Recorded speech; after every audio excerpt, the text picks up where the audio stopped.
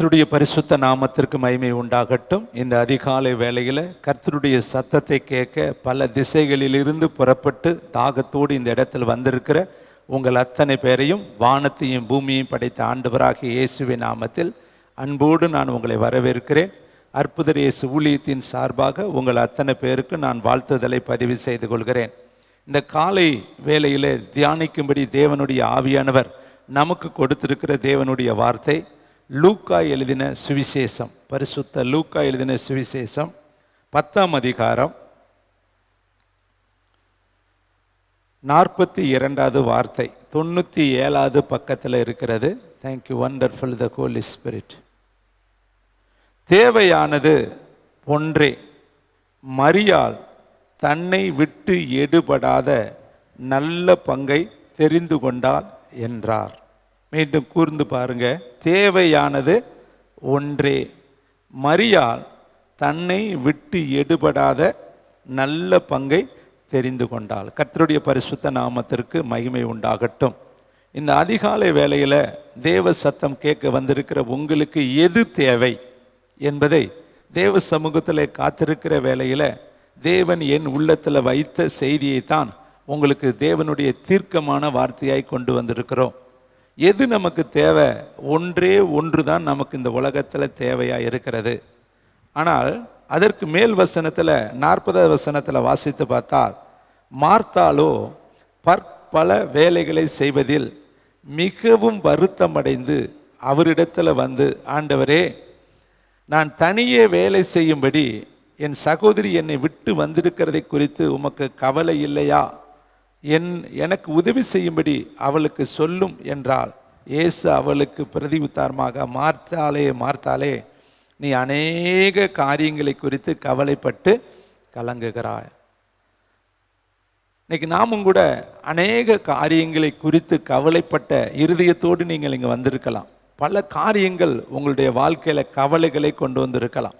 அடுத்த மாதம் பிள்ளைகளுக்கு எப்படி பாடசாலைக்கு பணம் கட்டப்போகிறோம், அடுத்த மாதத்தினுடைய தேவை இதுவரை இல்லாத அளவுக்கு மிகவும் அதிகமாக இருக்கிறதே என்று பலவிதமான கவலைகள் இன்றைக்கு உங்களை ஒடுக்கி நெருக்கி உங்களுடைய வாழ்க்கையில் பலவிதமான கலக்கத்தை கொண்டு வந்திருக்கலாம். யோவான் 14:1 இயேசு சொல்கிறார், உங்கள் இருதயம் கலங்காது இருப்பதாக. இன்னைக்கு காலை வேளையில் கலக்கத்தோடு நீ இருப்பாய் என்றால் உனக்கு கர்த்தர் சொல்கிறார், தேவையானது ஒன்றே ஒன்று தான். மார்த்தாளை பார்த்து கர்த்தர் சொல்றார், நீ அநேக காரியங்களை குறித்து கவலைப்பட்டு கலங்கி கொண்டிருக்கிற, அநேக காரியங்களை குறித்து கவலைப்படுவதை நிறுத்திட்டு தேவையான ஒன்றை நீ பிடித்து கொள்ளணும் என்று சொல்லி அழகாய் மரியாளை குறித்து ஒரு வார்த்தை சொல்லுகிறார். மரியாள் என்ன செய்து கொண்டிருந்தார் என்று வேதம் சொல்லுது. 39 பாருங்க. அவளுக்கு மரியாள் எண்ணப்பட்ட ஒரு சகோதரி இருந்தால், அவள் இயேசுவின் பாதத்தருகே உட்கார்ந்து அவருடைய வசனத்தை கேட்டு கொண்டிருந்தாள். மார்த்தாள் கவலைப்பட்டு கொண்டு இருந்தால், மரியாள் வசனத்தை கேட்டு கொண்டிருந்தாள். இதை கேட்குற தம்பி, தங்கச்சி, தாயே, தகப்பனே, தேவ சபையே, தேவனுடைய ஊழியத்தில் நாட்டப்பட்டு இருக்கிற தேவனுடைய பிரகாரத்தில் கிரியை செய்து வேலை செய்து கொண்டிருக்கிற பிரதிநிதிகளே, உங்களுக்கு கர்த்தர் சொல்லுகிற வார்த்தை, அநேக காரியங்களை குறித்து கவலைப்படாதீங்க, நினைக்காதீங்க, யோசிக்காதீங்க. வேதம் சொல்லுது, பலத்தினால் அல்ல, பராக்கிரமத்தினால் அல்ல, ஆவியானவர்கள் தான் ஆகும். பவுல் சொல்றார், நான் நட்டேன், அப்பொல்லோ நீர் பாய்ச்சினான், தேவனே விளைய செய்தார். விரும்புகிறவனாலும் அல்ல, ஓடுகிறவனாலும் அல்ல, இறங்குகிறவரால் மட்டும்தான் எல்லாமே ஆகும். அப்ப அருமையானவர்களே, இங்க நமக்கு தேவையானது ஒன்றே ஒன்று தான். அந்த ஒன்று என்ன என்று சொல்லி நான் தேவனுடைய சமூகத்தில் காத்திருந்து, ஆண்டவரே, என் பிள்ளைகளுக்கு ஒன்றை குறித்து நான் பிரசங்கிக்கணும். எது வாழ்க்கைக்கு ரொம்ப முக்கியம், எது மட்டும்தான் முக்கியம் என்று நீர் மார்த்தாள் இடத்துல சொன்னீர், அதை எங்களுக்கு தெளிவுபட காண்பியும் என்று சொல்லி காத்திருக்கிற வேளையில், எது ஒரு மனிதருக்கு ரொம்ப ரொம்ப முக்கியம், சபைக்கு ரொம்ப ரொம்ப முக்கியம், ஒரு குடும்ப வாழ்க்கைக்கு ரொம்ப ரொம்ப முக்கியம், எதை கர்த்தர் இந்த இடத்துல காண்பிக்கிறார்? அவர் சொல்றாரு பாருங்க, தேவையானது ஒன்று தான். அது என்னன்னா, மரியாளை பற்றி சொல்றார். அவர் நல்ல பங்கை தெரிந்து கொண்டாள். வசனத்தை கேட்பதும் வசனத்தின்படி செய்வதும் வசனத்துக்கு முக்கியத்துவம் கொடுப்பதை அவள் தெரிந்து கொண்டாள். இதை குறித்து தாவீது ஒரு வார்த்தையை சொல்கிறதை நான் உங்களுக்கு நினைவுபடுத்த விரும்புகிறேன். சங்கீதங்களின் புஸ்தகம் 27வது சங்கீதம் 685 பக்கம், சங்கீதம் 27 4வது வசனத்தை நாம் வாசிக்கலாம். கர்த்தரிடத்தில் ஒன்றை நான் கேட்டேன். தாவீது ஒன்றை தான் கேட்கிறார். மரியாளுக்கும் கர்த்தர் சொன்னார் தேவையானது ஒன்றே, மார்த்தாளுக்கும் கர்த்தர் சொன்னார் தேவையானது ஒன்றே, நமக்கும் கர்த்தர் சொல்றாரு தேவையானது ஒன்றே. தாவீது இதே வார்த்தையை அழகாய் சொல்றாரு, நான் கர்த்தரிடத்தில் ஒன்றை கேட்டேன், அதையே நான் நாடுவேன். அப்ப அந்த ஒன்று என்ன? மரியாளுக்கும் ஒன்று தான் தேவை, மார்த்தாளுக்கும் ஒன்று தான் தேவை, தாவீதுக்கும் ஒன்று தான் தேவை. உங்களுக்கும் எனக்கும் நமக்கும் இந்த சத்தத்தை நேரலையில் கேட்கிற அத்தனை பேருக்கும் ஒன்றே ஒன்று தான் மிக மிக மிக முக்கியமான தேவையாக இருக்கிறது. அருமையானவர்களே, அதே வசனத்தில் பின்னாடி அவர் சொல்லுகிறார் எது தேவை என்பதை அவரே சொல்றார் பாருங்க. நான் கர்த்தருடைய மகிமையை பார்க்கும்படியாக. அப்போ அவருக்கு என்ன தேவை? அவர் ராஜா, அவருக்கு கீழே நிறைய படைகள் இருக்கு, சேவகர்கள் இருக்காங்க, யுத்த வீரர்கள் இருக்காங்க, ஆலோசனைக்காரர்கள் இருக்காங்க, காரிய சமர்த்தர்கள் இருக்கிறாங்க, அவருக்கு உதவி செய்யக்கூடிய யோசனைக்காரர்கள் இருக்காங்க, அவருக்கு கீழே பெரிய படையே இருக்குது. ஆனால் அவர் சொல்ற ஒரு வார்த்தை, நான் எதை பார்க்க விரும்புகிறேன், எது எனக்கு தேவையா இருக்கிறது என்று சொல்லி அவரே சொல்றார், நான் கர்த்தருடைய மகிமையை பார்க்கணும். எனக்கு அரசாங்கம் முக்கியம் கிடையாது, ஆளுநர் பதவி முக்கியம் கிடையாது, படைகள் முக்கியம் கிடையாது, மக்கள் முக்கியம் கிடையாது, எனக்கு மகிமை தேவையா இருக்கிறது. அந்த மகிமை கர்த்தருடைய மகிமை. அப்போ ஒரு மனிதனுக்கு எது தேவை? கர்த்தருடைய மகிமை தேவை என்பதை நீங்கள் இந்த காலை வேளையில் புரிந்து கொள்ளணும். நீங்கள் மகிமையை பார்க்க ஆசைப்படணும், மகிமையை ஆண்டவரிடத்தில் கேட்கணும். நீங்கள் வெள்ளி வச்சுருந்தாலும், பொண்ணு வச்சுருந்தாலும், வைரம் வச்சுருந்தாலும், வைடூரியம் வச்சுருந்தாலும், ஏக்கர் கணக்கில் காடுகள், நிலங்கள், தோட்டங்கள் வைத்திருந்தாலும், எண்ணிக்கை கடங்காத பிள்ளைகள் நமக்கு இருந்தாலும், எத்தனை சம்பத்துக்கள் இருந்தாலும், அது ஒரு மனுஷனுக்கு மகிமை அல்ல. அது எல்லாம் உலகத்துக்குரிய காரியம். அப்போ ஒரு மனிதனுக்கு எது தேவை என்றால் தேவனுடைய மகிமையை நம்ம பார்க்கணும். அதுதான் நமக்கு தேவை. அவர் சொல்றாரு பாருங்க, நான் கர்த்தருடைய மகிமையை பார்க்கும்படி. அப்ப நமக்கு எது ஒன்றே ஒன்று தேவை, அது தேவனுடைய மகிமை நமக்கு தேவை. அந்த மகிமையை நம்ம எங்க பார்க்க முடியும்? அது அடுத்த வார்த்தை சொல்றாரு, அவருடைய ஆலயத்தில் ஆராய்ச்சி செய்யும்படியாகவும் நான் என் ஜீவனுள்ள நாளெல்லாம் கர்த்தருடைய ஆலயத்தில் தங்கி இருப்பதையே நாடுவேன். அப்ப இந்த ஆலயத்திலேயே நான் தங்கி இருப்பதைத்தான் நாடுவேன். நான் ராஜாவாய் இருப்பதை விட, மக்களை ஆளுவதை விட, யுத்தங்களை பண்ணுவதை விட, தேசத்தில் அதிபதியா இருப்பதை விட, தேவனுடைய ஆலயத்தில் வீற்றிருப்பதையே நான் நாடுவேன், அதையே நான் தெரிந்து கொள்வேன். ஏனென்றால் தேவனுடைய ஆலயத்தில் மகிமை இருக்கிறது. அந்த மகிமையை நான் பார்க்கணும், அந்த மகிமை எனக்கு வெளிப்படணும், அதுதான் என்னுடைய விருப்பம். அதனால ஆலயத்தில் நான் தங்கி இருப்பதையே நாடுகிறேன். அப்ப அருமையான தம்பி, தங்கச்சி, தாயே, தகப்பனே, ஒரு மனுஷனுக்கு முக்கியமான ஒன்று தேவனுடைய மகிமை. அந்த மகிமை இருந்துச்சுன்னா உங்க வாழ்க்கை தரமே மாறி போய்விடும். தேவனுடைய பிள்ளைகளே, இன்னும் ஒரு சில காரியத்தை, மோசேக்கு ஒரு ஆசை இருந்துச்சு. மோசே அக்கினியில் கர்த்தர் அவனோடு கூட பேசினார், முகமுகமாய் அவனோடு பேசினார். ரெண்டு இடத்துல ரெண்டு விதமான காரியத்தை பார்க்கிறோம். ஒரு இடத்துல அவர் அக்கினியில அவனோடு பேசுவதை வேதம் சொல்கிறது. ஒரு சிநேகிதனோடு பேசுவது போல கர்த்தர் மோசையோடு முகமுகமாய் பேசினார் என்று வேதம் சொல்கிறது. இது ரெண்டையும் கடந்து மோசேக்கு ஒரு ஆசை இருந்தது, ஒரு வாஞ்சை இருந்தது, ஒரு விருப்பம் இருந்தது. அதை கர்த்தரிடத்தில் அவர் சொல்லுகிற வார்த்தையை நான் உங்களுக்கு நினைவுபடுத்த விரும்புகிறேன். யாத்திரையாமம் 33ஆம் அதிகாரம் 18வது வசனம், 114 பக்கம். எல்லாரும் எடுத்து வேத புஸ்தகத்தை, அந்த வசனத்தை தயவு செய்து நீங்கள் பார்க்கணும். இதெல்லாம் மிக மகிமையான ஒரு வார்த்தை. அந்த வார்த்தையெல்லாம் நீங்கள் வாஞ்சித்து ஆண்டவரிடத்தில் கேட்கணும். 114வது பக்கம், யாத்திரையாமம் 33ஆம் அதிகாரம் 18வது வார்த்தை. அப்பொழுது அவன், உம்முடைய மகிமையை எனக்கு காண்பித்தரலும். அங்கே மோசே சொல்றாரு மகிமையை, இது தாவீது சொல்றாரு உம்முடைய மகிமையை பார்க்கும்படி ஆலயத்தில் நான் இருப்பதையே தெரிந்து கொண்டேங்கிறாரு. இங்கே மோசேக்கும் அந்த ஆசை இருக்குது. மோசையோடு முட்செடி நடுவிலே கர்த்தர் பேசினார். அப்போ கர்த்தருடைய சத்தத்தை மோசே கேட்டார். அடுத்து பார்த்தீங்கன்னா முகமுகமாய், அதே அதிகாரம் 33:11 பாருங்களே. ஒருவன் தன் சிநேகிதனோடு பேசுவது போல கர்த்தர் மோசையோடு முகமுகமாய் பேசினார். அப்போ முட்செடியிலும் கர்த்தர் மோசையோடு பேசினார், ஒரு சிநேகிதன் இன்னொரு சிநேகிதனோடு எப்படி பேசுவானோ அதே போல கர்த்தர் மோசையோடு முகமுகமாய் பேசினார். இந்த அனுபவங்கள் போதும் என்று சொல்லி மோசே அப்படியே இருந்து விடவில்லை. அவருக்கு இன்னும் ஒரு ஆசை இருக்குது, நான் தேவனுடைய மகிமையை பார்க்கணும். பார்த்தீங்களா? அப்போ நம்முடைய வாழ்க்கையிலையும் கிடைத்த அனுபவத்தோடு நம்ம நின்றக்கூடாது, இன்னும் மகிமையான ஒரு அனுபவத்தை நம்ம கர்த்தரிடத்தில் வாஞ்சிக்கணும். எசேக்கியேல் தீர்க்கதரிசி புத்தகத்தை வாசித்து பார்த்தீங்கன்னா முதல்ல 1000 முழம் அளந்து கூட்டிட்டு போவார். அதனுடைய மகிமை வேறு விதமாக இருந்துச்சு. அப்புறம் ஒரு 1000 முழம் அளந்து இன்னும் உள்ளே கொண்டு போவார். அதனுடைய மகிமை இன்னும் வித்தியாசமாக இருந்தது. அதை தாண்டி இன்னும் ஒரு 1000 முழம் அளந்து உள்ளே கொண்டு போனார். அதனுடைய மகிமை இன்னும் வித்தியாசமாக இருந்துச்சு. அதை தாண்டி இன்னும் 1000 முழம் உள்ளே கொண்டு போனால் ஜீவ விருட்சகத்தின் கனிகளையும் மேன்மையான அனுபவங்களையும் அந்த 4வது முறை உள்ளே போகும் பொழுது அவர் பார்த்தார். அப்போ நம்முடைய ஆவிக்குரிய உலகத்திலையும் ஆழத்துக்குள்ளே நம்ம போக போகத்தாங்க அற்புதங்கள், அதிசயங்கள், மேன்மைகள், மகிமையை நம்ம பார்க்க முடியும். பாருங்கள், 1 சாமுவேல் புஸ்தகத்தில் 3ஆம் அதிகாரத்தில் நீங்கள் ஒரு காரியத்தை பார்த்தீங்கன்னா 4வது, 6வது, 8வது, 10வது வசனத்தை நான் உங்களுக்கு நினைவுபடுத்த விரும்புகிறேன். 343வது பக்கம் சொன்னால் நீங்கள் வேகமாக எடுப்பீங்கன்னு தான் நான் பக்கத்தோடு உங்களுக்கு சொல்கிறேன். 343வது பக்கம், 3ஆம் அதிகாரம் 4வது வசனம். அப்பொழுது கர்த்தர் சாமுவேலை கூப்பிட்டார். அதற்கு அவன் இதோ இருக்கிறேன் என்று சொல்லி. முதல் முறை சாமுவேலை கர்த்தர் கூப்பிடுகிறார்.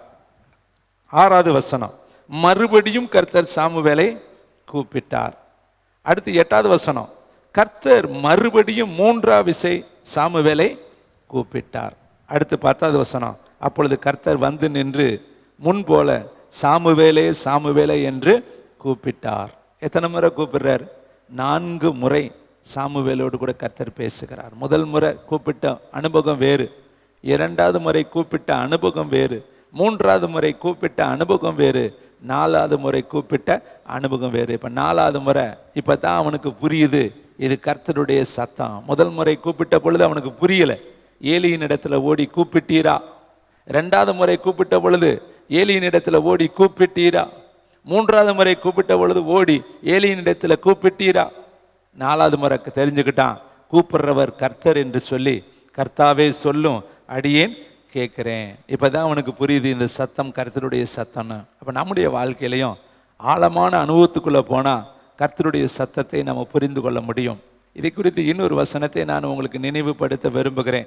1 ராஜாக்கள் புஸ்தகம் 19ஆம் அதிகாரம் 12வது வார்த்தை, 457வது பக்கம். தேங்க்யூ வண்டர்ஃபுல் த ஹோலி ஸ்பிரிட். 457வது பக்கத்தை எடுத்துக்கொள்வோம். 1 ராஜாக்கள் 19ஆம் அதிகாரம். எலியாவிற்கு 4 விதமான சத்தங்கள் வருகிறது. 4 விதமான அனுபவங்கள் எலியா வாழ்க்கையில் வருவதை நம்ம இந்த இடத்துல பார்க்கிறோம்.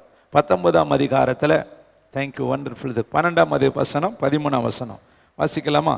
பூமி அதிர்ச்சிக்கு பின்பு அக்கினி உண்டாயிற்று. அப்போ முதல்ல பூமி அதிர்ச்சி ஒன்று உண்டாச்சு, அதில் கர்த்தர் இருக்கல. மேலே பார்த்தீங்கன்னா 11ஆம் வசனத்திற்கு, அப்பொழுது அவர் நீ வெளியே வந்து கர்த்தருக்கு முன்பாக பர்வதத்தில் நில் என்றார். அப்பொழுது இதோ கர்த்தர் கடந்து போனார். கர்த்தருக்கு முன்பாக பர்வதங்களை பிளக்கிறதும் கண்ணுகளை உடைக்கிறதுமான பலத்த பெருங்காற்று உண்டாயிற்று. ஆனாலும் அந்த காற்றிலே கர்த்தர் இருக்க. முதல்ல காற்று, பெரும் காற்று உண்டாயிருச்சு, ஆனால் அந்த காற்றில் கர்த்தர் இருக்கவில்லை. காற்றுக்கு பின் பூமி அதிர்ச்சி உண்டாயிற்று. பூமி அதிர்ச்சியிலும் கர்த்தர் இருக்கவில்லை. முதல்ல பெரிய காற்று அடிச்சிச்சு, அந்த காற்றில் கர்த்தர் இல்லை. 2வது பூமி அதிர்ச்சி உண்டாயிற்று, அந்த பூமி அதிர்ச்சியிலும் கர்த்தர் இல்லை. 3வது பூமி அதிர்ச்சிக்கு பின்பு அக்கினி உண்டாயிற்று, அந்த அக்கினியிலும் கர்த்தர் இல்லை. 4வது அக்கினிக்கு பின் அமர்ந்த மெல்லிய சத்தம் உண்டாயிற்று. இவருடைய வாழ்க்கையில 3-4 அனுபவங்களை பார்க்கிறோம். முதல்ல பெரிய காற்று, அப்புறம் பூமி அதிர்ச்சி, அப்புறம் அக்கினி, மெல்லிய சத்தம். இப்ப 4வது முறை தான் அவர் தேவனுடைய சத்தத்தை புரிந்து கொண்டாரு, இது கர்த்தருடைய சத்தம் என்று. பாருங்க, பேதுருவை பார்த்து கர்த்தர் சொன்னாரு, ஆழத்துக்குள்ள போய் நீ வலைய போடுப்பா, உனக்கு மீன் அகப்படும். அப்ப நம்முடைய வாழ்க்கையிலும் ஆவிக்குரிய உலகத்துல ஆழமான அனுபவம் நம்மகிட்ட இருக்குது, கர்த்தரிடத்துல இருக்குது, பரலோகத்துல இருக்குது. அதை நம்ம பெற்றுக்கொள்ளணும்னா கொஞ்சம் ஆவிக்குரிய உலகத்துல ஆழத்துக்குள்ள போனா தான் நம்ம மகிமையை பார்க்க முடியும். அதனால தான் மரியாளை பார்த்து கர்த்தர் சொன்னார், மார்த்தாளை பார்த்து கர்த்தர் சொன்னார், தேவையானது ஒன்றுதான்ப்பா. வசனத்தை விட்டு எடுபடாத தேவனுடைய மகிமையை கேட்கும்படியான ஒரு அனுபவத்தை நீங்கள் பெற்றுக்கொள்ளணும்.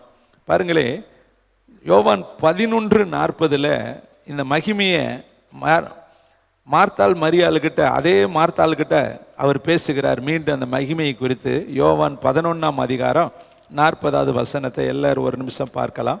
144 பக்கம். தேங்க்யூ வண்டர்ஃபுல் த ஹோலி ஸ்பிரிட். அரேபாலா ராபா. 144 பக்கம், யோவான் 11:40 வாசிமா. இயேசு மார்த்தாளை நோக்கி, அங்கேயும் இதே மார்த்தாள் தான், மார்த்தாளை நோக்கி என்ன சொல்ற, நீ விசுவாசித்தால். இன்னைக்கு ஒன்றே ஒன்று தான் நமக்கு தேவை, மகிமை தான் தேவை. அந்த மகிமையை நீங்கள் பார்க்கணும்னா உங்களுக்கு விசுவாசம் ஆழமாக வேணும். நம்பப்படுகிறவைகளின் உறுதி தான் விசுவாசம் என்று வேதம் சொல்லுது. காணப்படாதவைகளின் நிச்சயம்தான் என்று வேதம் சொல்லுது. விசுவாசம் என்பது நம்பப்படுகிறவைகளின் உறுதியும் காணப்படாதவைகளின் நிச்சயம். மோசே கர்த்தருடைய மகிமையை பார்க்க ஆசைப்பட்டாரு. தாவீது கர்த்தருடைய மகிமையை பார்க்க ஆசைப்பட்டாரு. ஆனால் மார்த்தாள்கிட்ட கர்த்தர் சொல்றாரு, நீ மகிமையை பார்க்கணும்னா நீ விசுவாசிக்கணும். இன்னைக்கு நீங்களும் நானும் தேவனுடைய ஆலயத்தில் தேவனுடைய மகிமையை பார்க்கணும்னா நீங்கள் முழு இருதயத்தோடும், முழு பலத்தோடும், முழு சிந்தையோடும், முழு உணர்வோடும் கர்த்தருடைய வார்த்தையையும் கர்த்தருடைய சமூகத்தையும் கர்த்தருடைய பிரசன்னத்தையும் நீங்கள் விசுவாசிக்கும் பொழுது தேவனுடைய மகிமையை நீங்கள் பார்க்க முடியும். பாருங்கள், மகிமையிலே டிஃப்ரெண்டான மகிமை இருக்குது. 1 கொரிந்தியர் புஸ்தகத்தில் 15ஆம் அதிகாரத்தில் 243 பக்கம். ஒவ்வொரு மகிமையும் எப்படி வித்தியாசப்படுகிறது என்பதை நீங்கள் தெரிந்து கொள்ளணும். அப்போ தான் நீங்கள் மகிமைக்காக ஆயத்தமாக முடியும்.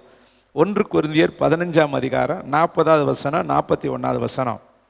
வானத்துக்குரிய மேனிகளும் உண்டு, பூமிக்குரிய மேனிகளும் உண்டு. இந்த பூமியில் தான் உங்களுக்கு ஒவ்வொரு உருவம் இருக்குது. இங்கே இருக்கிற ஒவ்வொருத்தருக்கும் ஒரு உருவம். ஆனால் இந்த உருவம் பரலோகத்துக்கு வராது. இந்த உருவத்தினுடைய மேனி வேறு, பரலோகத்தில் நம்ம போய் அனுபவிக்க போகிற மேனி உருவம் ஸ்ட்ரெச்சர், அங்கே இருக்கக்கூடிய அந்த உருவத்தினுடைய அமைப்பு வேறு. அங்கேயும் இங்கேயும் இருக்கிறதுக்கு வித்தியாசம் இருக்குது. இது மண்ணில் எடுக்கப்பட்ட சரீரம். இது பூமிக்குரிய கூடாரம் அழிந்து போனாலும் கர்த்தரால் கட்டப்பட்ட மகிமையான நித்திய வீடு பரலோகத்தில் இருக்கிறது என்று நமக்கு வேதம் சொல்கிறது. அப்போ இங்கே பாருங்களேன், பூமிக்குரிய மேனிகளும் உண்டு, வானத்துக்குரிய மேனிகளும் உண்டு. வானத்துக்குரிய மேனிகளுடைய மகிமை வேறே, பூமிக்குரிய மேனிகளுடைய மகிமையும் வேறே. பரலோகத்தில் இருக்கிற மகிமை வேறு, பூமியில் இருக்கிற மகிமை வேறு. அப்போ தாவீது சொல்றாரு, உலகத்தில் ராஜாவா இருக்கிறத விட ஆலயத்தில் வீற்றிருப்பதா எனக்கு சந்தோஷம். ஏன்னா இங்கே ஒரு மகிமை இருக்கிறது, இந்த இடத்துல ஒரு பெரிய பிரசன்னம் இருக்கிறது. அதனால் ஆலயத்தில் வீற்றிருப்பதையே தெரிந்து கொள்வேன். இங்கே கொரிந்து சபைக்கு பவுல் எழுதுறாரு, பூமிக்குரிய மேனி வேறு, பரலோகத்துக்குரிய மகிமை வேறு. அந்த மேனி வேறு. அடுத்து பாருங்களேன் 41. சூரியனுடைய மகிமை வேறு, சந்திரனுடைய மகிமை வேறே, நட்சத்திரங்களுடைய மகிமையும் வேறே. மகிமையிலே நட்சத்திரத்திற்கு நட்சத்திரம் விசேஷித்திருக்கிறது. சூரியனுக்கு கர்த்தர் கொடுத்த மகிமை வித்தியாசமானது, சந்திரனுக்கு கர்த்தர் கொடுத்த மகிமை வித்தியாசமானது, நட்சத்திரங்களுக்கு கர்த்தர் கொடுத்த மகிமை வித்தியாசமானது. ஒவ்வொன்றும் வித்தியாசம், வெரைட்டிஸ். ஆனால் உங்களுக்கும் எனக்கும் கர்த்தர் வைத்திருக்கிற மகிமை அது வித்தியாசமான ஒரு மகிமை. அதனால தான் அந்த மகிமையை இந்த காலை வேளையில் நம்ம கேட்கணும். ஆண்டவரே எங்களுக்கு மகிமையை தாங்க. ஏசப்பா இந்த பூமியில் இருக்கும் பொழுது அந்த மகிமையை கேட்டார். நீங்கள் அதை பார்க்கும்படி நான் விரும்புகிறேன். கர்த்தருக்கு மகிமை உண்டாகட்டும். யோவான் எழுதின சுவிசேஷம் 12ஆம் அதிகாரம் 28வது வசனத்தை வாசிக்கலாமா? பக்கம் நம்பர் 146. இயேசு கிறிஸ்து இந்த உலகத்தில் இருக்கும் பொழுது எதை வாஞ்சித்தார், எதை விரும்பினார், பிதா என்ன செய்தார்? யோவான் 12:28வது வசனத்தை வாசிக்கலாம். பிதாவே உம்முடைய நாமத்தை மகிமைப்படுத்தும். அப்ப பிதாவை பார்த்து இயேசு சொல்ற வார்த்தை, உங்க நாமத்தை நீங்க மகிமைப்படுத்துங்க. மோசே எதை விரும்பினார்? மகிமையை விரும்பினார். தாவீது எதை விரும்பினார்? மகிமையை விரும்பினார். இயேசு கிறிஸ்து எதை விரும்பினார்? மகிமையை விரும்பினார். அவர் சொல்றாருப்பாங்க, உங்க நாமத்தை நீங்க மகிமைப்படுத்துங்க. அப்ப இயேசுக்கு பதில் பிதா என்ன சொல்றாரு பாருங்க, மகிமைப்படுத்தினேன். அடுத்து பாருங்க, இன்னமும் மகிமைப்படுத்துவேன் என்கிற இந்த வார்த்தை ரொம்ப கவனமா, சத்தம் வானத்திலிருந்து உண்டாயிற்று. இந்த சத்தத்தை இயேசு மட்டும் கேட்டாரா? பக்கத்தில் இருக்கிறவங்களும் கேட்டாங்களா? பக்கத்தில் அடுத்த வார்த்தையை பாருங்க. அங்கே நின்று கொண்டிருந்து அதை கேட்ட ஜனங்கள் இடி முழக்கம் உண்டாயிற்று என்றார்கள். வேறு சிலர் தேவதூதன் அவரோடு பேசினான் என்றார்கள். இயேசு அவர்களை நோக்கி, இந்த சத்தம் என் நிமித்தம் உண்டாகாமல் உங்கள் நிமித்தமே உண்டாய். அப்ப இந்த சத்தத்தை அங்க இருக்கிறவங்களும் கேட்டாங்க. இதை கேட்கிற தம்பி, தங்கச்சி, தாயே, தகப்பனே, மகிமை வெளிப்படும் பொழுது பின்னாடியே சத்தமும் வெளிப்படும். அதனாலதான் நீங்க மகிமையை கேட்டீங்கன்னா தேவ சத்தம் உங்களோடு கூட வரும். எங்கெல்லாம் மகிமை வருகிறதோ அங்கே சத்தமும் சேர்ந்து வரும். வேதத்துல நிறைய இடத்துல, யோவான் மத்தேயு புஸ்தகம் 3ஆம் அதிகாரத்தில் பாருங்களே, மத்தேயு 3ஆம் அதிகாரத்தில், தேங்க்யூ லார்ட், 17ஆம் வசனம். இதே மாதிரி அங்கு ஒரு சம்பவம் இருக்கு. நீங்க இதை பார்க்கும்படி உங்களை நான் கேட்டுக்கொள்கிறேன். தயவுசெய்து இதெல்லாம் நீங்க உற்று பார்க்கணும். 3ஆம் அதிகாரத்தில் 16-17 வசனம். இயேசு ஞானஸ்தானம் பெற்று ஜலத்தில் நின்று கரை ஏறின உடனே இதோ வானம் அவருக்கு திறக்கப்பட்டது. தேவ ஆவி புறாவை போல இறங்கி தம்மேல் வருகிறதை கண்டார். அன்றியும், இந்த வார்த்தையை கவனிங்க, வானத்திலிருந்து ஒரு சத்தம் உண்டாகி, இவர் என்னுடைய நேசகுமாரன், இவரிலே பிரியமாய் இருக்கிறேன் என்று உரைத்தது. எங்க மகிமை வருகிறதோ அங்க பின்னாடியே சத்தம் வரும். நீங்களும் பார்த்தீங்கன்னா மின்னல் வரும், பின்னாடியே என்ன வரும்? சத்தம் வரும், இடி சத்தம் வரும். ரெண்டுமே வரும். பார்த்தீங்கன்னா சொல்லுவாங்க, மின்னல் அடித்த உடனே இடி சத்தம் கேட்கும். அந்த மின்னல், ரெண்டு மேகங்கள் ஒன்றோடு ஒன்று மோதும் பொழுது அந்த வெளிச்சம் உண்டாகுது. அந்த வெளிச்சத்துக்கு பின்னாடியே சத்தம் வரும், பயங்கரமான இடி சத்தம் வரும். நம்ம பார்க்கிறோம். இப்போ வானத்திலிருந்து ஒரு சத்தம், முழக்கம் உண்டாச்சான். என்ன சொல்லி வருதான் அந்த சத்தம்? இவர் என் நேசகுமாரன், இவருக்கு செவி கொடுங்கள், இவருக்கு மேலே நான் பிரியமாக இருக்கிறேன். பார்த்தீங்களா? தேவன், பிதாவாகிய தேவன் இயேசுவை எப்படி மகிமைப்படுத்துகிறார். இன்னைக்கு நீங்களும் மகிமையை விரும்புனீங்கன்னா உங்களுக்கும் கர்த்தருடைய சத்தம் கேட்குங்க. யோவான் 17ஆம் அதிகாரத்தில் இதே வார்த்தை மீண்டும் இருக்கிறதை நான் உங்களுக்கு நினைவுபடுத்துகிறேன். யோவான் மத்தேயு 17ஆம் அதிகாரம் 5வது வசனம். மத்தேயு 17:5, பக்க நம்பர் 26 வாசிக்கலாமா? அவன் பேசுகையில், இதோ ஒளியுள்ள ஒரு மேகம் அவர்கள் மேல் நிழலிட்டது. இவர் என்னுடைய நேசகுமாரன், இவரில் பிரியமாயிருக்கிறேன், இவர்களுக்கு செவி கொடுங்கள் என்று அந்த மேகத்திலிருந்து ஒரு சத்தம், நல்லா கவனிங்க, மேகத்திலிருந்து ஒரு சத்தம் உண்டாயிற்று. அப்ப எங்கெல்லாம் கர்த்தருடைய மகிமை இறங்குகிறதோ அங்கெல்லாம் என்ன உண்டாகிறதா? தொடர்ந்து சத்தம் உண்டாகிறது. அப்ப நீங்க இன்னைக்கு ஆண்டவர்கிட்ட ஒன்று கேட்கணும். ஏசப்பா, நாங்கள் உங்கள் மகிமையை பார்க்கணும், உங்கள் வல்லமையை நாங்கள் பார்க்கணும். கொலேசியரில் வாசிக்கிற மேலானவைகளை நாடுங்கள், பூமிக்குரியவைகள் அல்ல, மேலானவைகளை நாடுங்கள். ஞான வரங்களை விரும்புங்கள், விசேஷமாய் தீர்க்க தரிசன வரங்களை விரும்புங்கள். இந்த உலகத்தில் நம்ம ஒன்றுமே கொண்டுட்டு வரலங்க, நம்ம ஒன்றுமே கொண்டுட்டு போகிறது கிடையாது. எதை நம்ம விதைக்கிறோமோ அதைத்தான் நம்ம அறுப்போம். கர்த்தருக்காக எதையாவது விசேஷமான காரியத்தை கேட்கணும். எலியாவுக்கு கூட ஒரு வேலைக்காரன் இருக்கிறான், அவன் எலிசா.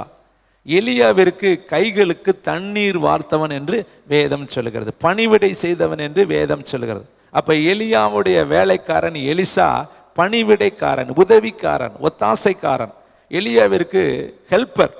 ஆனா அந்த உதவிக்காரனுக்குள்ள ஒரு வாஞ்சை இருந்துச்சு, ஒரு தாகம் இருந்துச்சு, அவனுக்குள்ள ஒரு ஏக்கம் இருந்துச்சு, அவனுக்குள்ள ஒரு எதிர்பார்ப்பு இருந்துச்சு, அவனுக்குள்ள ஒரு உணர்வு இருந்துச்சு. என்னன்னா, எலியா எடுத்துக்கொள்ளப்படுவதற்கு முன்னாடி எலிசாவை கூப்பிட்டு, நான் உனக்கு என்னப்பா செய்யணும்?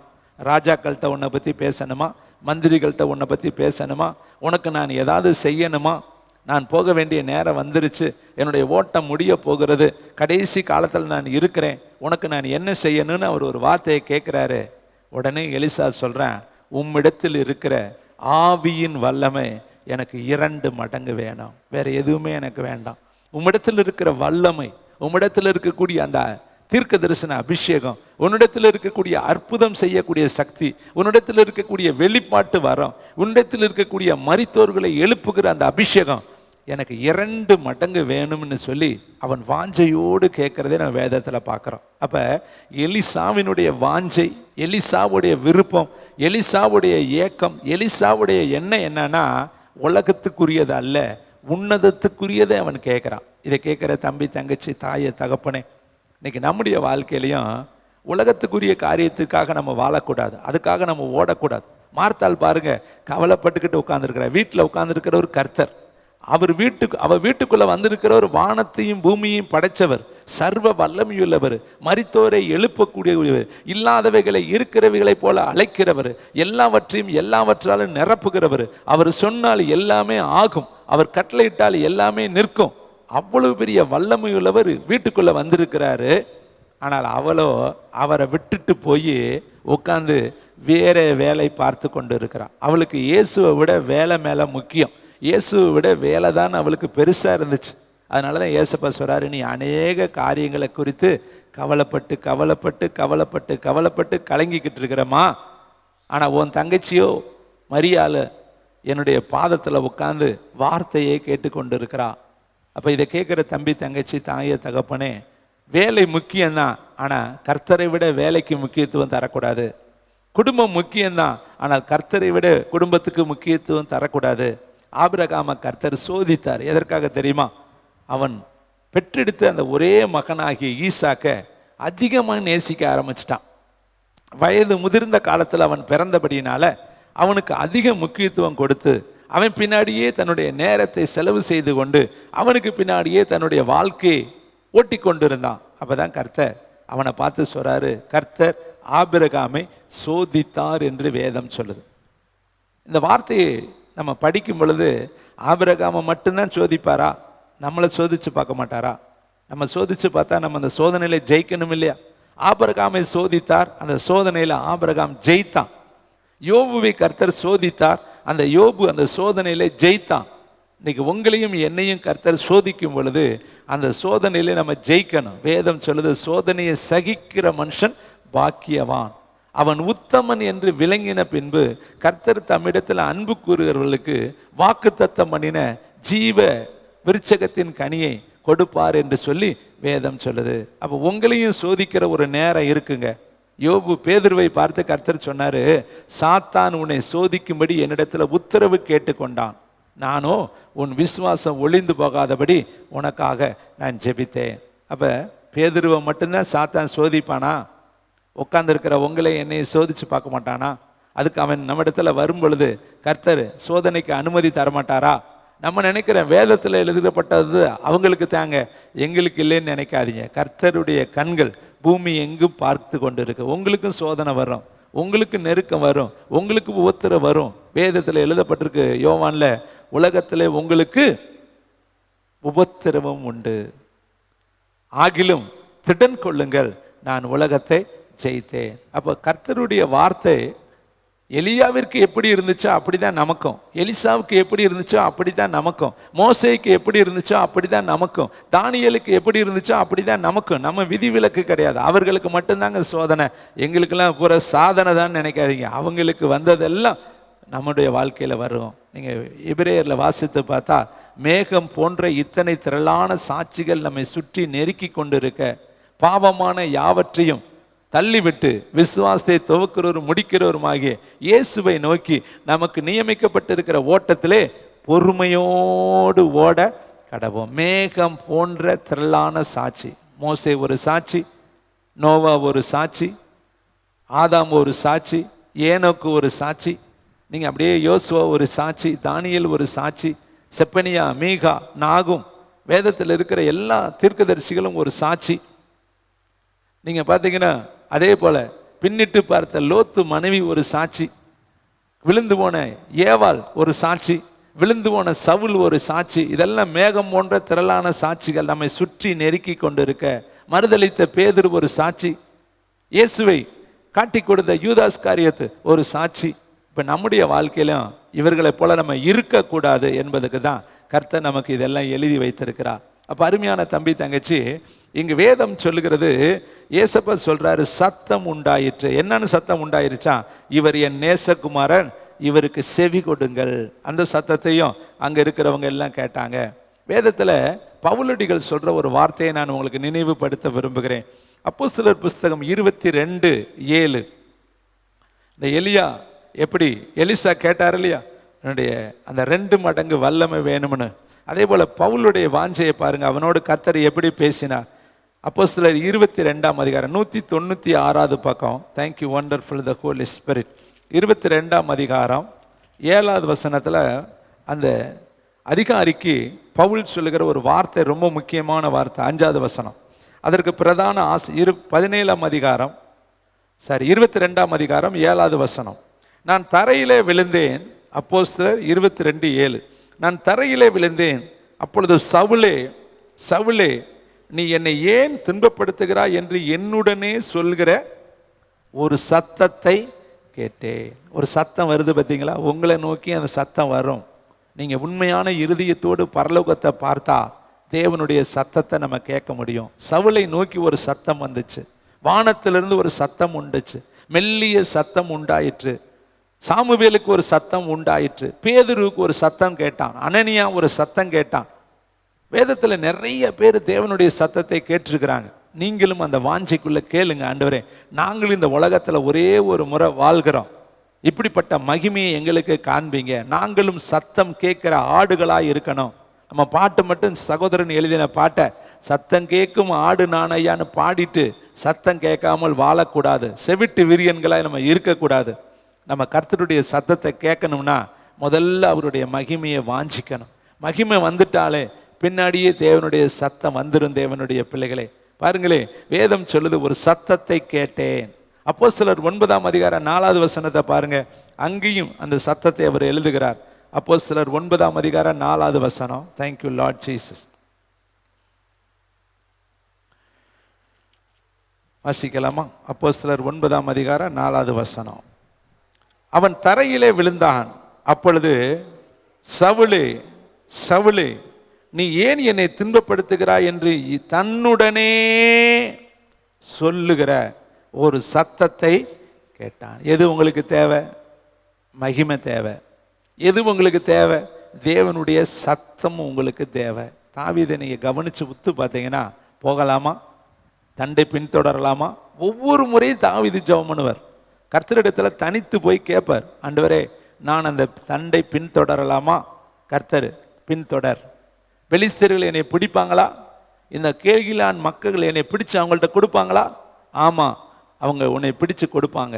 ஒவ்வொரு முறையும் தேவனிடத்துல போய் உட்கார்ந்து கர்த்தருடைய சத்தத்தை கேட்டு கேட்டு கேட்டு அவன் யுத்தத்தை நடத்தினான், ஊழியங்களை செய்தான், ராஜ்யங்களை கட்டினான், தேசத்துல பெரிய காரியங்களை அவன் நடப்பித்தான். அப்போ உங்களுக்கு ஒன்றே ஒன்று தான் தேவை, கர்த்தருடைய மகிமை. அந்த மகிமைக்குள்ள அடங்கி இருக்கிற தேவனுடைய சத்தம். கடைசியாக ஒரு வசனத்தை உங்களுக்கு சொல்லி நான் இந்த செய்தியை முடிக்க விரும்புகிறேன். வெளிப்படுத்தல் புஸ்தகம் 1ஆம் அதிகாரம் 10வது வசனத்துல யோவான் பத்மு தீவுக்கு கொண்டு போகப்பட்ட பொழுது அங்க நடந்த ஒரு சம்பவத்தை யோவான் வெளிப்படுத்தல் புஸ்தகம் 1ஆம் அதிகாரம் 10வது வசனத்துல வாசிக்கலாம். வெளிப்படுத்தல் 1:10 334வது பக்கம். Thank you Jesus. வாசிக்கலாமா? கர்த்தருடைய நாளில், இன்றைக்கு நாள் கர்த்தருடைய நாள், ஓய்வு நாள். பழைய ஏற்பாட்டுப்படி 7வது நாள் ஓய்வு நாள். புதிய ஏற்பாட்டுப்படி வாரத்தின் முதல் நாள் கர்த்தருடைய நாள். இயேசு கிறிஸ்து உயிர் தெழுந்த நாளை தான் நம்ம முதல் நாளாய், கல்லறை திறக்கப்பட்ட நாள், இயேசு உயிரோடு எழும்பின நாள் தான் வாரத்தின் முதல் நாள். இதுதான் கர்த்தருடைய நாள். இந்த நாள் கர்த்தருடைய நாள். அப்ப இந்த யோவான் சொல்றாரு, கர்த்தருடைய நாளில் ஆவிக்கு உள் ஆனேன். அப்ப நாமும் கூட கர்த்தருடைய நாளில் ஆவிக்கு உள்ளாக மாறணும். அதனாலதான் பரிசுத்த ஆவியான நிறைவு கூட்டம் நடத்துறோம். நீங்க எல்லாம் பற்பல பாஷைகளை பேசணும், ஆவிக்குள்ளாய் மாறணும், உன்னத அனுபவங்களை பார்க்கணும், பரலோக தரிசனங்களை நீங்க பெற்றுக்கொள்ளணும், ஆவிக்குரிய உலகத்துல நீங்களும் ஒரு யுத்த வீரர்களாய் மாறணும் என்கிற உன்னத நோக்கத்தோடு தான் அந்த அபிஷேக ஆராதனை நடத்தப்படுகிறது. நம்ம நினைக்கிறோம் அதை கையை தட்ட வைக்கிறாங்க, பாட்டு பாட வைக்கிறாங்க, அந்நிய பாஷை பேச வைக்கிறாங்க, இதெல்லாம் நமக்கு தேவையான்னு நீங்க நினைக்கிறீங்க. வேதம் சொல்லுது, அந்நிய பாஷையினாலும் பரியாச உதடுகளாலும் என் சனத்தோடு நான் பேசுவேன், அதுவே அவர்களுடைய இளைப்பாறுதல், அவர்களுக்கு இளைப்பாறுதல் என்று கர்த்தர் சொல்லியிருக்கிறார். அந்நிய பாஷை பேசும் பொழுது நமக்குள்ளே ஒரு இளைப்பாறுதல் வரும், நமக்குள்ளே ஒரு ரெவலேஷன், ஒரு புதிய வெளிப்பாடு வரும். அடுத்து நடக்க போற சம்பவங்களை கர்த்தர் நமக்கு காண்பிப்பார், வெளிப்படுத்துவார், உணர்த்துவார், திட்டமாய் காண்பிப்பார். இதெல்லாம் ஆவிக்குள்ளாய் மாறும் பொழுதுதான் நடைபெறும். இங்க பாருங்களேன், வேதம் சொல்லுது, நான் ஆவிக்குள்ளாய் மாறின பொழுது என்ன நடந்துச்சுன்னு பாருங்களேன். அடுத்த வார்த்தை, எனக்கு பின்னாலே எக்காலம் போன்ற பெரிதான சத்தத்தை கேட்டேன். எங்கெல்லாம் சாமுவேல் சத்தம் கேட்டாரு, அப்படியே சவுல் சத்தம் கேட்டாரு, பேதுரு சத்தம் கேட்டாரு, அனனியா சத்தம் கேட்டாங்க.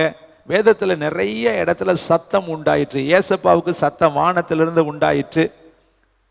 சவுல் தாவீது சத்தம் கேட்டாரு. இப்படி வேதத்தில் எங்க பார்த்தாலும் சத்தத்தை கேட்ட அனுபவங்கள் எழுதப்பட்டிருக்கு. அப்ப இந்த இடத்துல யோவானுக்கு என்ன கிடைக்குது? கண்ணுல பார்க்கிறாரு, சத்தத்தை கேட்கிறாரு. நாமும் இந்த அனுபவத்தை பெற்றுக்கொள்ளணும். அதுதான் நமக்கு தேவை. இன்னைக்கு நம்ம மனுஷ சத்தம் கேட்டுட்டோம், அரசியல்வாதிகள் சத்தம் கேட்டுட்டோம், அதிகாரிகள் சத்தம் கேட்டுட்டோம். உங்க குடும்பத்தில் இருக்கிறவங்க எல்லா சத்தமும் உங்களுக்கு தெரியும். உங்க வீட்டில் வளர்க்குற ஆடு மாடு சத்தம் உங்களுக்கு தெரியும், பிராணிகள் சத்தம் உங்களுக்கு தெரியும், பக்கத்து வீட்டுக்காரங்க சத்தம் உங்களுக்கு கேட்டிருக்கிறீங்க. ஆனா இயேசுப்பா சத்தத்தை கேட்டிருக்கோமா? பரலோக சத்தத்தை கேட்டிருக்கிறோமா? உன்னதமான கர்த்தருடைய சத்தம் உங்களுக்கு உண்டாயிருக்கா? உண்டாகலைனா கேட்கணும். அதுதான் நமக்கு விருப்பம், அதுதான் நமக்கு வாஞ்ச, அதுதான் நம்முடைய எண்ணம், அதுதான் நம்முடைய உணர்வா இருக்கணும். இந்த வார்த்தையை கேட்காம தான் மார்த்தாள் ஊர் சுத்திக்கிட்டு இருந்தா. நம்மளும் மார்த்தாளின் ஆவி வேண்டாம். அநேக காரியங்களில் கவலைப்பட்டுக்கிட்டு, அநேக வேலையில் எப்போ பார்த்தாலும் வேலை வேலை வேலை வேலை வேலைன்ட்டு தேவன் உனக்கு கொடுத்த வேலையை செய்யாமல், கர்த்தர் உனக்கு கொடுத்த பொறுப்பை செய்யாமல் நம்ம ஊர் சுற்றி கொண்டு ஏச மாதிரி அலையக்கூடாது. கர்த்தருடைய பாதம்தான் நமக்கு தேவை. அரசனாக இருக்கிறவன் சொல்கிறேன், ஆலயத்தில் விற்றிருப்பதையே தெரிந்து கொள்கிறோம்னு. நம்ம அரசனாக இல்லை, ஆண்டியாக தான் இருக்கிறோம். ஆனால் நமக்கு ஆலயத்தில் உட்கார்றதை விட நம்ம வெளியில் சுற்றிக்கிட்டு இருக்கிறோம் அதிகமாக. தேவ பாதத்தில் உட்காருங்க, தேவ சத்தத்தை கேளுங்க, தேவ சித்தத்தை செய்யுங்க. தேவனுக்காக எதையாவது ஒரு அரிய பெரிய காரியங்களை செய்ய விரும்புங்க. இப்போ யோவானுக்கு கர்த்தர் சொல்கிறாரு, நான் ஒரு பெரிதான சத்தத்தை கேட்டேன். சின்ன சத்தம் கிடையாது, அந்த சத்தம் பயங்கரமான சத்தம். அது என்ன சொன்னிச்சான்? நான் அல்பாவும் ஒமேகாவும் முந்தினவரும் பிந்தினவருமாய் இருக்கிறேன். நீ காண்கிறதை ஒரு புஸ்தகத்தில் எழுதி ஆசியாவில் இருக்கிற எபேசு, சிமிர்னா, பெர்கமு, தியத்தீரா, சர்தை, பிலதெல்பியா, லவதிகேயா என்னும் பட்டணங்களுள்ள 7 சபைகளுக்கு அனுப்பு என்று விளம்பினது. அப்பொழுது என்னுடனே பேசின சத்தத்தை பார்க்க திரும்பினேன். அந்த சத்தத்தை பார்க்க திரும்பினேன். திரும்பின பொழுது 7 பொன் குத்து விளக்குகளையும் அந்த 7 குத்து விளக்கின் மத்தியிலே நிலையங்கி தரித்து மார்பருகே பொற்கச்சை கட்டி இருக்கிற மனுஷகுமாரனுக்கு ஒப்பானவரையும் கண்டேன். அவருடைய சிரசும் மயிரும் வெண்பஞ்சை போலவும் உறைந்த மலையை போலவும் வெண்மையாய் இருந்தது. அவருடைய கண்கள் அக்கினி ஜுவாலை போல இருந்தது. அவருடைய பாதங்கள் உலைக்களத்தில் காய்ந்த பிரகாசமான வெண்கலம் போல இருந்தது. அவருடைய சத்தம் பெருவெள்ளத்தை இரைச்சலை போல இருந்தது. தமது வலது கரத்தில் 7 நட்சத்திரங்களை ஏந்தி கொண்டிருந்தார். அவர் வாயில் இருந்து இருபுறமும் கருக்குள்ள பட்டயம் புறப்பட்டது. அவருடைய முகம் வல்லமையாய் பிரகாசிக்கிற சூரியனை போல் இருந்தது. நான் அவரை கண்டபோது, முதல்ல சத்தம் கேட்டாரு, ரெண்டாவது கண்ணார முகமுகமா கர்த்தரை பார்த்தாரு. இது வேதத்தில் மட்டும் இருக்கக்கூடாதுங்க, நம்மளும் பார்க்கணுங்க. நமக்கும் அந்த வாஞ்சை வேணும், நம்மளும் கேட்கணும். என்ற ஏசப்பா, நாங்கள் ஒரே ஒரு முறை உண்மை பார்க்கணும். ஆகார் சொல்றா, என்னை காண்பவரை நானும் கண்டேன். அதனால அவருக்கு பேர் காண்கிற தேவன். என்னை காண்பவரை நானும் கண்டேன். அதனால அவருக்கு பேரு காண்கிற தேவன் என்று பெயர் வைத்தார். இந்த வாஞ்சை ஏன் நமக்குள்ள இல்லை தெரியுமா? நம்ம பல கவலையோடு இருக்கிறோம். உலகத்தை பற்றியே கவலை. நாளைக்கு என்ன செய்யலாம், நாளை மறுநாள் என்ன செய்யலாம், எங்கே வாங்கலாம், எங்கே விற்கலாம், எதை கொடுக்கலாம், எப்படி சம்பாதிக்கலாம், எங்கே ஓடலாம், எப்போ போய் வேலை செய்யலாம், எப்போ போய் அந்த வேலையை பார்க்கலாம். இந்த மார்த்தாளின் ஆவி, மரியாளின் ஆவி வேலைக்கெல்லாம் முடிச்சு போட்டுட்டு தேவனுடைய பாதத்தில் உட்காந்து, கர்த்தாவே சொல்லும் அடியேன்னு கேட்குறேன், கர்த்தாவே சொல்லும் அடியேன்னு கேட்குறேன். உங்கள் முகத்தை நான் பார்க்கணும், உங்கள் கண்ணை நான் பார்க்கணும், உங்கள் இதயத்தை நான் பார்க்கணும், உங்கள் உணர்வை நான் பார்க்கணும், உங்கள் ஆவியை நான் பார்க்கணும், உங்களுடைய விருப்பத்தை நான் செய்யணும். இதை கேட்கறதாங்க கர்த்தருடைய விருப்பத்தின்படி நடக்கக்கூடிய அந்த சத்தம் கேட்குற பிள்ளைகள். சத்தத்தை கேட்டேன், அடுத்து பார்த்தேன். பார்த்த உடனே 17 வசனம், நான் அவரை கண்ட பொழுது செத்தவனை போல அவருடைய பாதத்தில் விழுந்தேன். அப்பொழுது அவர் தமது வலது கரத்தை என் மேல் வைத்து என்னை நோக்கி, பயப்படாதே, நான் முந்தினவரும் பிந்தினவரும் உயிர் உள்ளவருமாயிருக்கிறேன். பார்த்தேன், கண்டேன், பார்த்தேன், கேட்டேன், பார்த்தேன், ருசித்தேன். எவ்வளோ அழகாக எழுதுறாரு பாருங்க. ஒரு காலத்தில் இயேசுவோடு இருந்தவர். அன்னைக்கு பார்த்த இயேசு வேற, இன்னைக்கு பார்க்குற இயேசு வேற. அன்னைக்கு அவர் பார்க்குறப்ப மாம்சமாக இருந்த இயேசு, ஆனால் இன்னைக்கு அவர் பார்க்குற இயேசு மகிமையாக இருக்கிற இயேசு. மகிமைக்கு மகிமை வேறுபடும். இயேசுவை பழைய காலத்தில் கூட பார்த்த மகிமை வேற, இப்போ பார்க்குற மகிமை வேற. அப்போ இயேசு சாதாரண ஒரு மனுஷனாய், தச்சனுடைய பிள்ளையாக, மரியாளுடைய பிள்ளையாக, நாசரேத்து ஒரு நாயகனாக அவர்களோடு நடக்கிற ஒருத்தராக இருந்தார். அந்த மகிமை வேறு. ஆனால் இப்போ உயிர்த்தெழுந்த பின்பு அவர் எப்படி இருந்தாராம்? அவருடைய மயிரும் சிரசும் வெண்பஞ்சை போலவும், அவருடைய கண்கள் அக்கினி ஜுவாலை போலவும், அவருடைய பாதங்கள் உலக்களத்தில் காய்ந்த பிரகாசமான பாதங்கள் போல இருந்தது. அவருடைய சத்தம் முன்னாடி இருந்த சத்தம் போல இல்லை, பெருவெள்ளத்து இரைச்சலை போல இருந்தது. நான் அவரை பார்த்த பொழுது செத்தவனை போல, நான் முன்னாடி அவர் மார்பில் சாஞ்சவன், இப்போ பக்கத்தில் கூட நெருங்க முடியல, பார்த்த உடனே கீழே விழுகிறேன், செத்தவனை போல விழுகிறேன். ஏன்னா மகிமை வேறுபட்டு இருக்கு. இதை கேட்குற தம்பி, தங்கச்சி, தாயே, தகப்பனே, எனக்கு ஒரே ஒரு வார்த்தையை நான் மையப்படுத்தி முடிக்கிறேன். ஒன்னே ஒன்று தான் உங்களுக்கு தேவை, அவருடைய மகிமை உங்களுக்கு தேவை. ஒன்னே ஒன்று தான் உங்களுக்கு தேவை. அவருடைய சத்தம் கேட்டுட்டீங்கன்னா நீங்கள் தடுமாறவே மாட்டீங்க, குழம்பவே மாட்டீங்க, திசை மாறவே மாட்டீங்க, பின்னிட்டு போகவே மாட்டீங்க, பாதை மாறவே மாட்டீங்க. கர்த்தருடைய சத்தத்தை கேட்கணும்னா முதல்ல நீங்கள் அவருடைய மகிமையை தேடணும், மகிமையை வாஞ்சிக்கணும், மகிமை மேலே தாக்கப்படணும். மகிமை வேணும்னு கேட்டிங்கன்னா மகிமையோடு சத்தமும் சேர்ந்து உங்கள் நடுவில் வரும். இதனால தான் ஏசப்பா சொன்னார், ஒன்றே ஒன்று தான் தேவை, தேவையானது ஒன்றே. மரியாள் தன்னை விட்டு எடுபடாத நல்ல பங்கை தெரிந்து கொண்டாள். எல்லாரும் எழும்பி நின்று பரலோகத்துக்கு நேராக கண்களை மூடி ஒரு நிமிஷம் ஜெபித்துட்டு நம்ம கடந்து போகலாம்.